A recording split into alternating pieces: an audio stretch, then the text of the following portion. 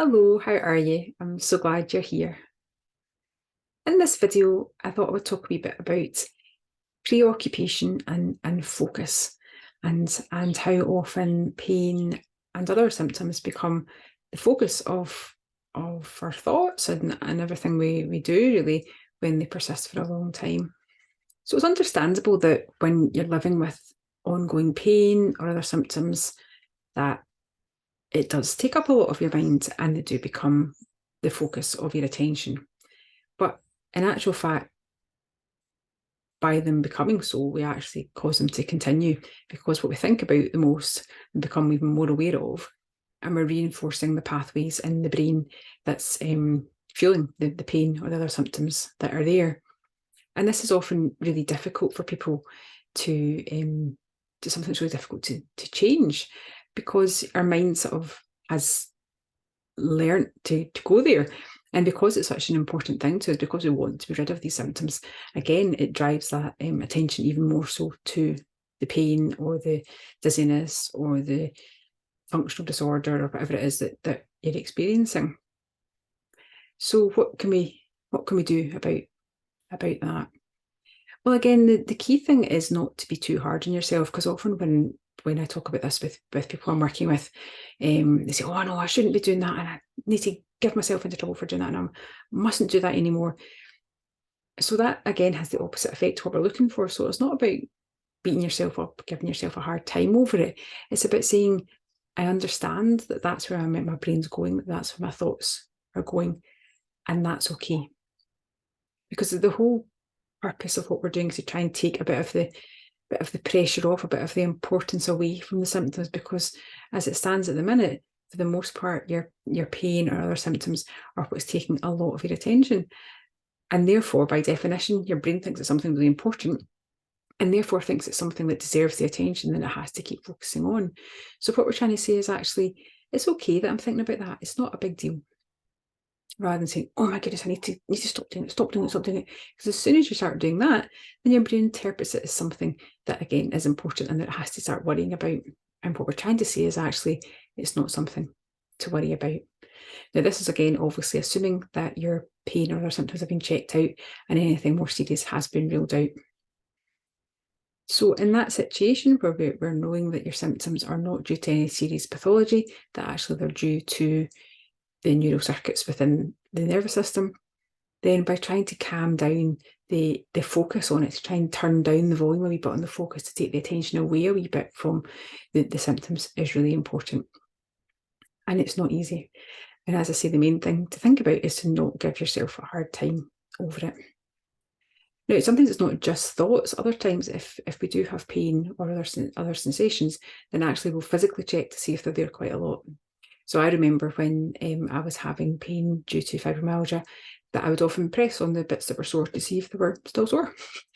And that's something that people often do a lot when something is sore, or if you've got altered sensation, you'll often keep checking to make sure, just to make sure it's still sore. But actually, every time you do that and you get the sensation or the pain, then again, you're reinforcing that pathway, you're reinforcing the attention you're giving it, and you're telling your brain that it is something that it needs to be concerned about. So again, try and not keep poking a bit to see if it hurts.